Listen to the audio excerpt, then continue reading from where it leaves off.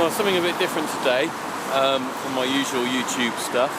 I'm actually coming to Bristol to record something for BBC Radio 4, and later on I'm going to be on the farming programme, talking about things that are affecting farming in the last year. I think it's going to include the flooding in Somerset, badger coal, and also the milk price, and that's going to be broadcast in January, I believe. I'm not exactly sure what I'm letting myself in for, but I'm hopefully that I will be able to record this show and put this on at the end of this video. So I might be able to record a little bit of what's going on as I go into the studio, and then I shall just do a little bit of the radio, maybe with some photos, like I did when I went to Radio Gloucestershire. But you can see it's a very busy road. You might have noticed I keep looking around because there's people walking by and looking at me like I'm a bit odd recording this. Anyway, I'll just film a bit of the outside a minute.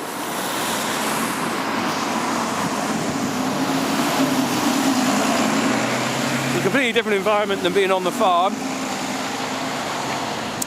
Radio 4 has a farming programme that's called Farming Today, and it's on normally about 5:45 in the morning, but the recording I'm going to be part of is going to be on the radio on January the 3rd at 6:30 AM. So hopefully you'll get to see a bit of that, or hear a bit of that in a minute.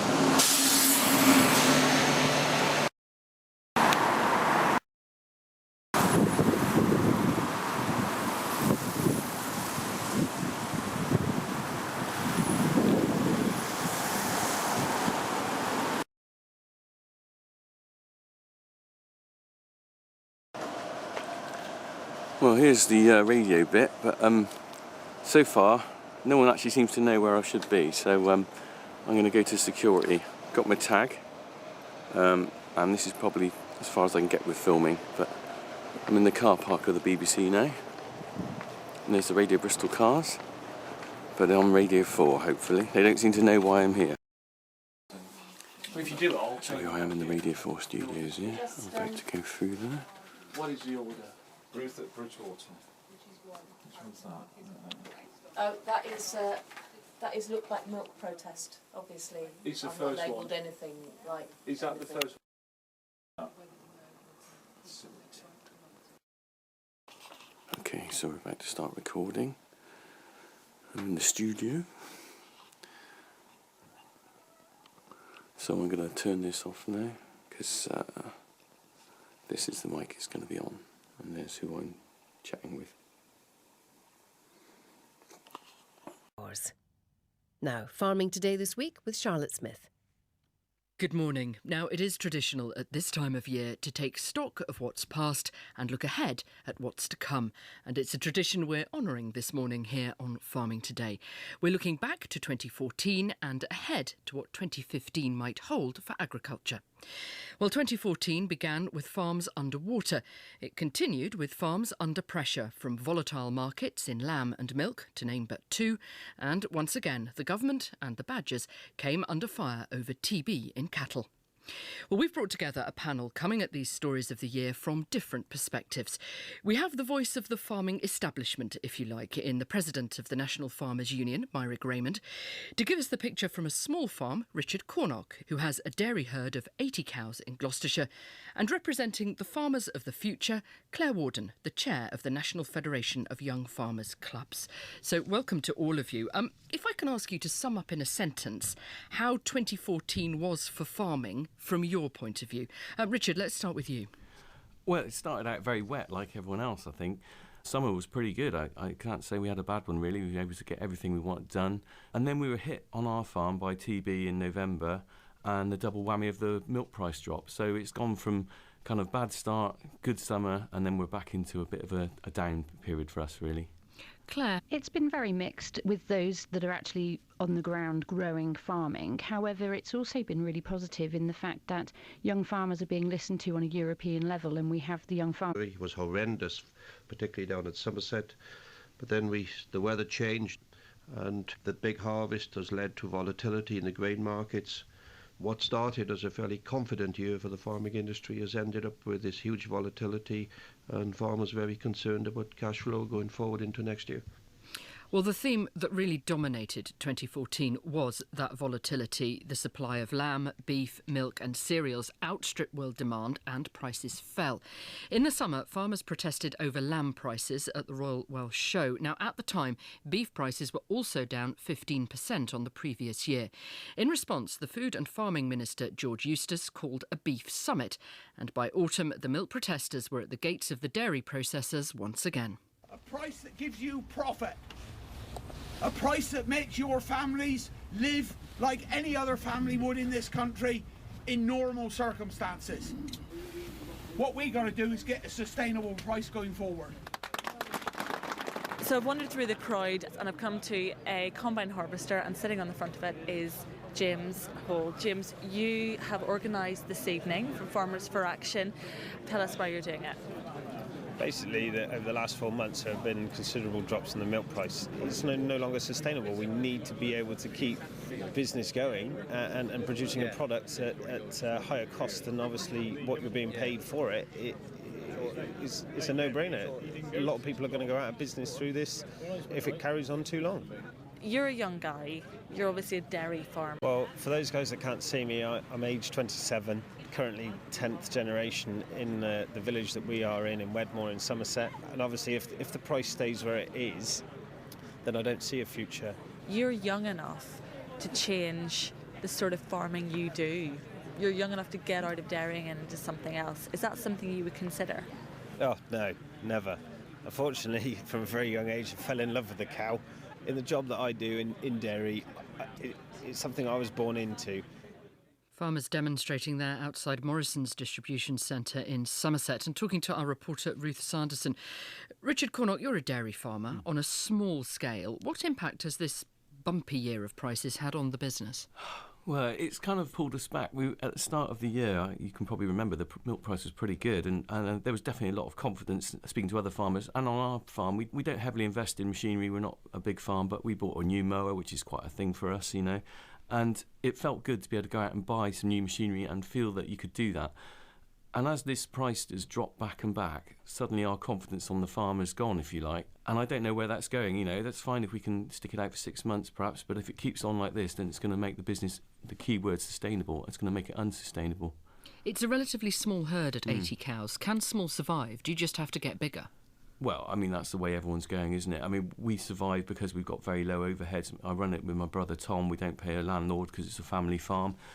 And, you know, we don't ask a lot out of life. We just want to run our business well. We're not looking to drive around in a big flash car or expensive machinery. You can survive on a small scale. You just got to cut your cloth according to what you've got, really, I think. Or you could go and do something else.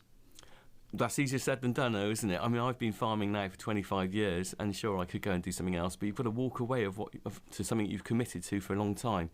And our family have been on that farm since 1822. You can't just turn your back on that, you know. Claire Warden, you're chair of the National Federation of Young Farmers Clubs. At that demonstration, Ruth Sanderson was talking to a young farmer who just said, no, this is what I want to do, this is what I'm going to do. It must, though, make younger farmers question the wisdom of being in agriculture to an extent. You would think so, but actually one thing that ag colleges are saying these days is uptake is better, and it's because there are people that want to go into the industry and want to ensure that it's sustainable for the future.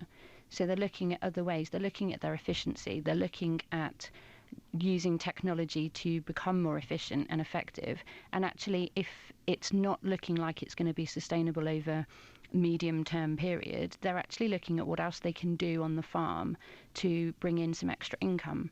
Well, the number of dairy farmers in the UK is declining. Figures from the industry body Dairyco show the number in England and Wales has now dropped to just below 10,000.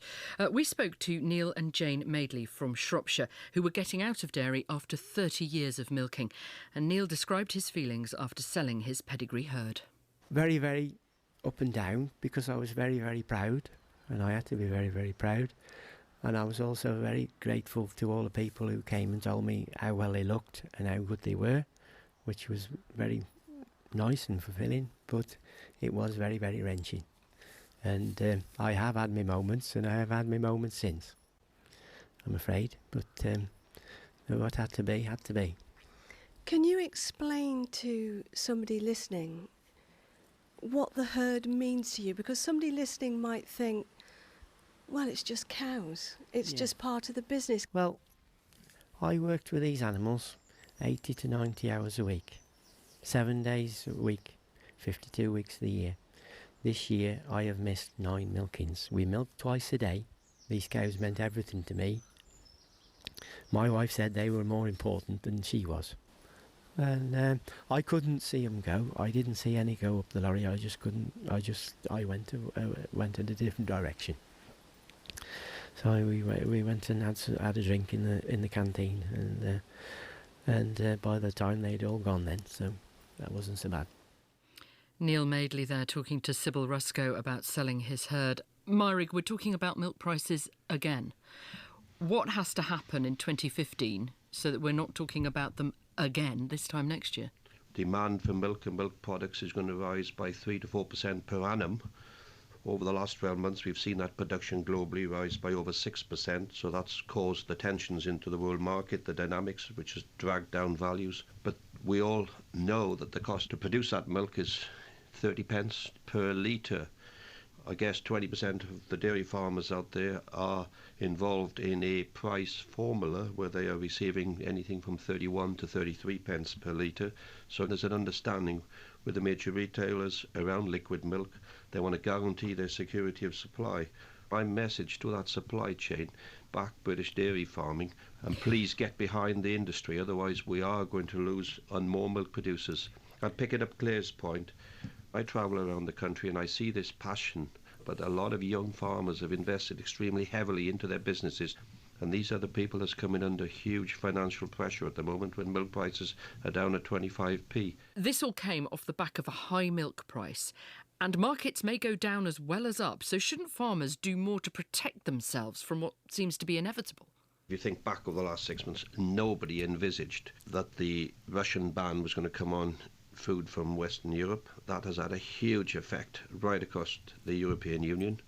The Chinese bought a huge quantity of skim milk powder in the market last June. They've withdrawn from the market since.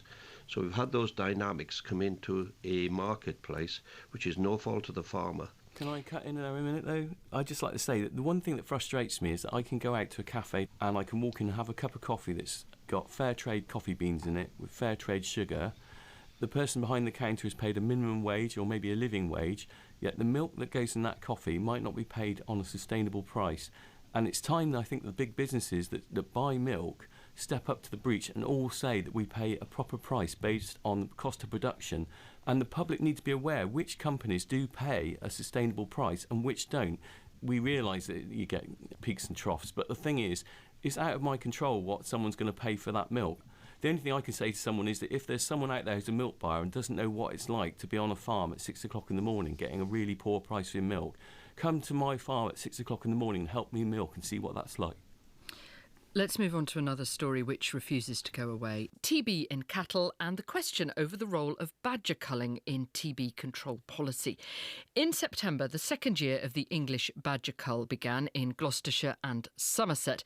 Now, an independent panel of experts found that the first year's pilot cull hadn't met the criteria for effectiveness or humaneness, though it was deemed safe.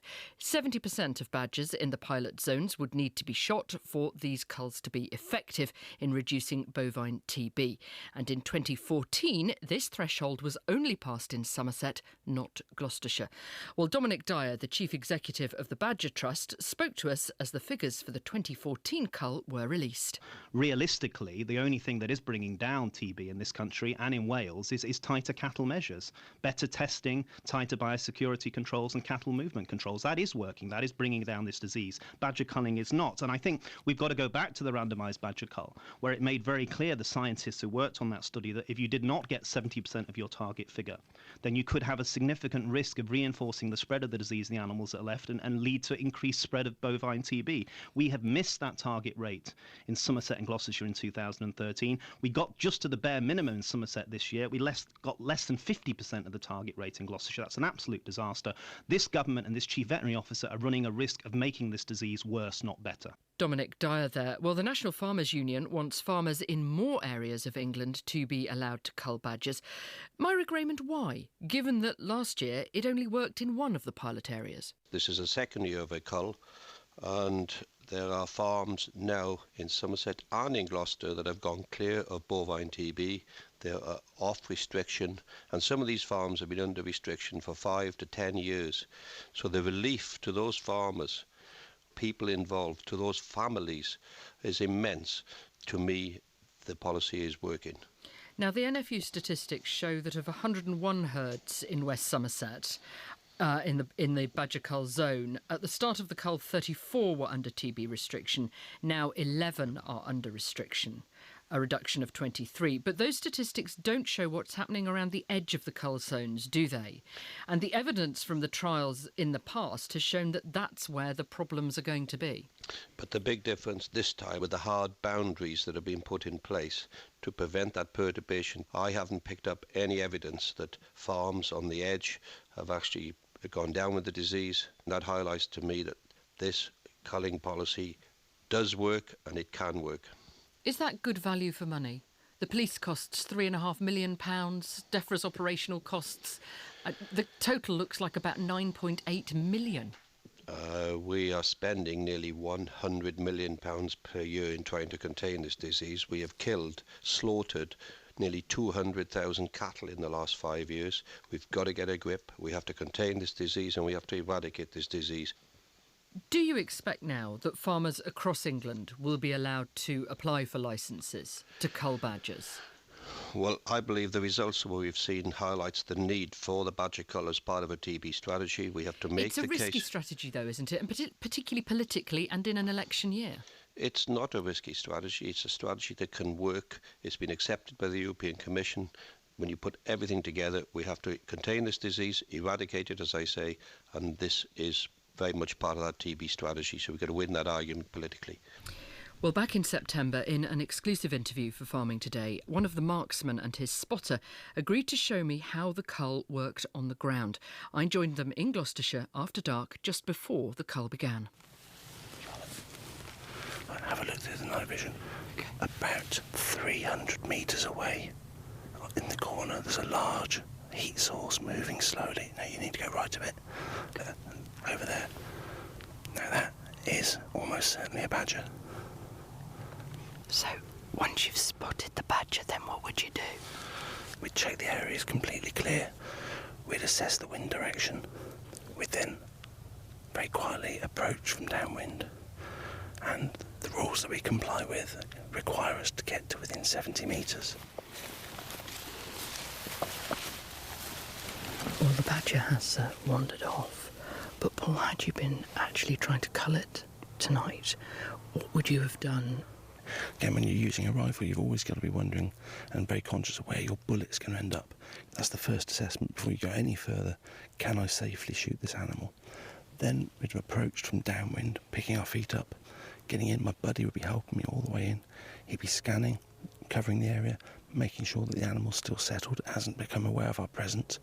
Then once both of us are happy that we're 70 metres or less away, you either use a pair of sticks or a bipod as a rest to get a good lean so your rifle's perfectly steady when you take the shot.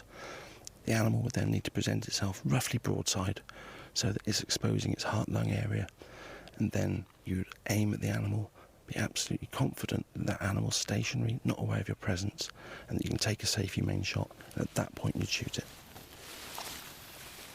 Do you ever think about what you're doing, that you are here not to admire the natural beauty of this creature, but to kill it? I live in the countryside, I appreciate the countryside, and I love wildlife. I'm not a cold-blooded killer, as some of our opponents were painters as. I passionately believe that we're doing the right thing. One of the marksmen involved in the pilot badger cull there. Richard Cornock, if I can come to you, you're a dairy farmer, you have TB on the farm. The badger culling is enormously controversial. Do you still believe in it as a policy? Well, it's got to be one of a number of measures, isn't it? I mean, the thing is, there's no winners in this TB outbreak at the moment. I think something's got to be done with the badger population, and I wouldn't have said that so much a few years ago, but we're a closed herd. We don't buy any cattle in. We rear all our own replacements, and we've been clear of TB now for quite a few years. And then suddenly in November, from our experience, we had 2 cattle go down with TB and 3 inconclusives. Now, looking around our farm, the only way that we can consider that the TB's come on the farm is got to be from the wildlife, and we have a number of badger sets right in the middle of where the herds graze. There are other ways of tackling it, though, aren't there? Cattle restrictions and so on. But also look at the experience in Wales. New incidents of bovine TB fell by a fifth in the 12 months up to May last year. The number of cattle slaughtered also went down by a third, and there they're doing stringent cattle testing and badger vaccination, not culling. But if someone wants to come to my farm and vaccinate the badgers, I'd be all for that, to be honest, because I think that's got to be the future, you know, for cattle and for badgers. At the moment, we're using shooters to go out, but you can see that that's not going to be popular forever. And the long-term solution would be a vaccine, but whether that will ever come to fruition, I can remember when I was at college 30 years ago that they were saying a vaccine for cattle was 10 years away, and I'm still hearing that now, unfortunately. Claire Warden from the National Federation of Young Farmers Clubs, do you believe in the value of these badger culling pilots? I've been talking with a young farmer who was caught up in one of the cull areas actually within Somerset, and he felt terribly intimidated through this last process, but at the same time everybody understands the necessary need for this in order to move forward. All anybody wants out of this is a healthy wildlife and a healthy animal population. Now, this year is election year, so can I ask all of you what you would like to see for both farmers and other rural voters in the party's manifestos? It's a really interesting one. We want to see, obviously, continued support for the young farmers. By which you mean money rather than cheering, I assume. Yes. A lot of other EU countries currently are offering start-up grants. We just want to feel that there is the continued support ongoing from government in particular. Myrick Raymond, what would you like to see in these manifestos? Well, I would like to see a government, whoever's in power, whoever is Secretary of State at DEFRA, to be championing British farming. Are they not doing that at the moment? Yes, but going forward, we all know the dynamics of food production. How are we going to feed 9 billion people? Our self-sufficiency in the UK has dropped to 60%.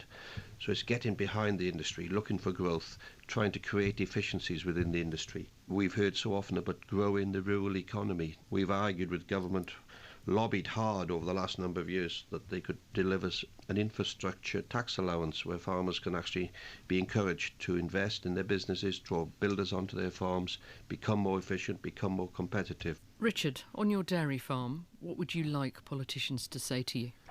I'd like them to really speak to the people who do buy the British products, and I don't think it's an excuse to say, oh, it's global markets when you're buying a British product and putting in a British milk bowl. Those companies need to deal with the farming one-to-one and provide a sustainable price, and the government need to kind of be part of that process, if you like, because not just milk, but maybe lamb and things like that, that you need to pay a sustainable price for this product. Let's just talk briefly about some practical changes coming farmers' way. This is cap reform. So arable farmers will have to grow 3 different crops this year, not a monoculture. The rights and wrongs of all that aside, how is that going to work, Myrick Raymond?